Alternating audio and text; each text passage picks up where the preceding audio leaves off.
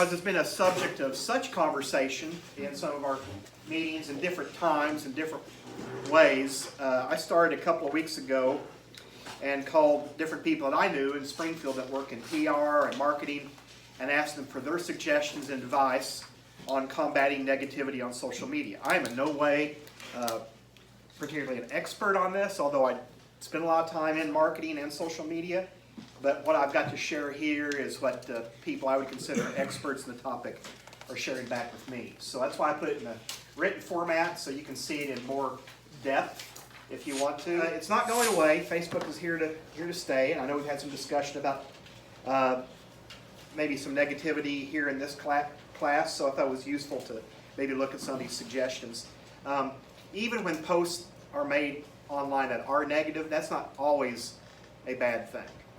What is a bad thing is if you let the negative comment hang there with no explanation, with no response, or someone asks a question, you have an opportunity there to respond.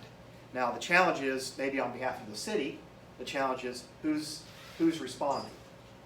Maybe that's the challenge that needs to be addressed. But if you have a business or something like that and there are comments about you, that gives you an opportunity to really do great customer service, to provide an explanation that other people that come along then read your explanation.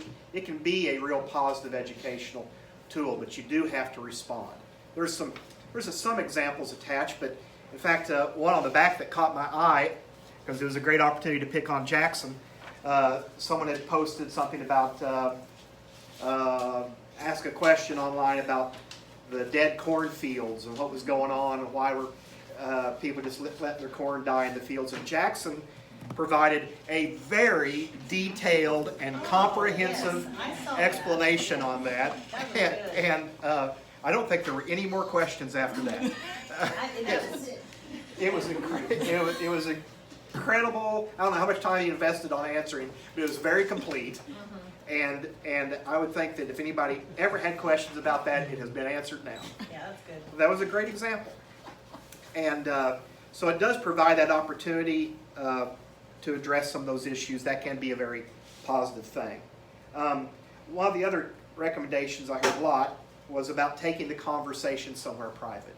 So if there is a negative post, sometimes that bleeds into other things. In fact, one of the examples attached here is on page 5.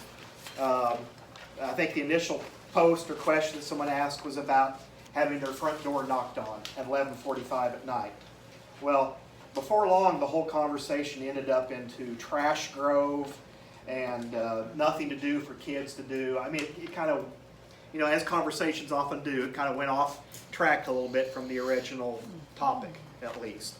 And then, of course, you inevitably get someone making a comment, someone's feelings is hurt, and it can kind of spiral out of control.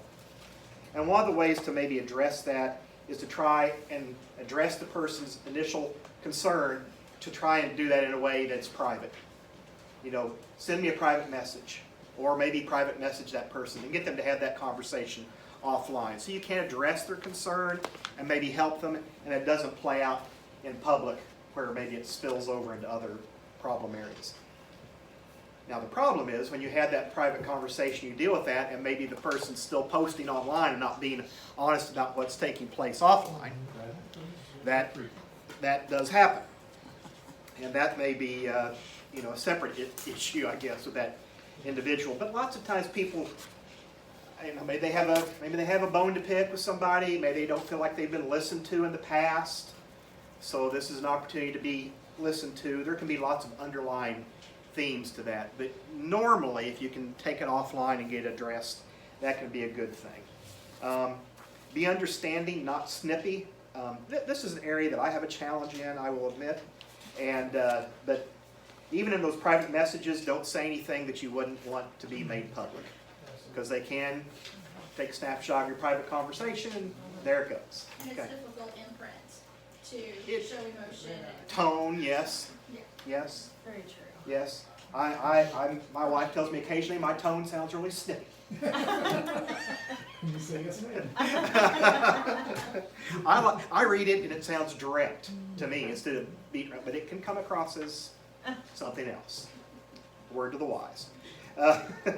But again, with the city, or city services, the issue may be who is going to be that official spokesperson, or who responds to questions if someone has something on social media or a complaint, or for the fire district, someone's post, why didn't the fire department answer this call? Who is the spokesperson? Who kind of addresses those concerns? It may be something worth thinking about, and that person can maybe provide a detailed answer, and if it gets a little rowdy, try and address it offline.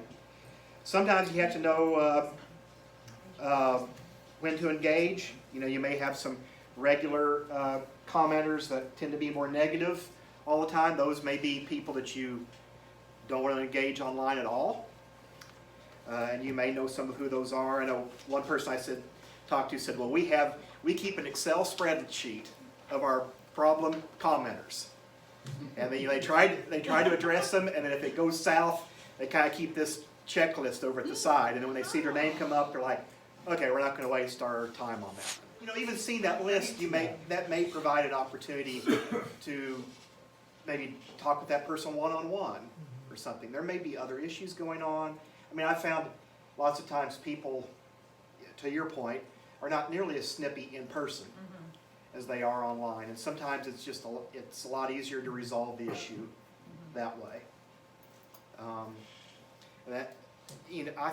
Fairly common to get a phone call in our office that my secretary will take, and she'll say, "Man, they are really mad. You better call them back." And when I call them back, they're just sweet as pie. And so you can kind of see that same thing happen in online stuff as well.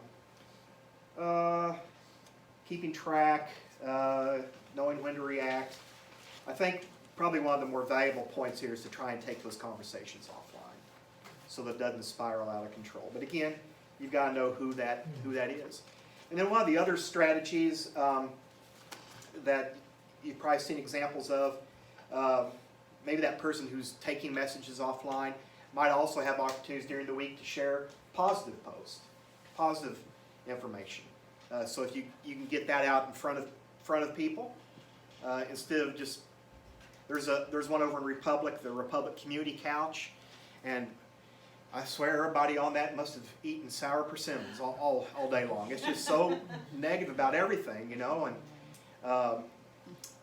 but if you post something positive, that does seem to catch traction, and that can be equally contagious, is the point here. So I just made a little comment on there about being positive, and I don't know, it had a lot of comments, a lot of likes, and then I noticed the next several things that got posted over the next couple of days were real positive things. Somebody posted about somebody come along and help them with their car and things. So I think that the positive can be equally contagious as the negative can be as well. So maybe some food for thought. I don't know, any comments or questions? There's a little more on that sheet. You're welcome to review that when you have time.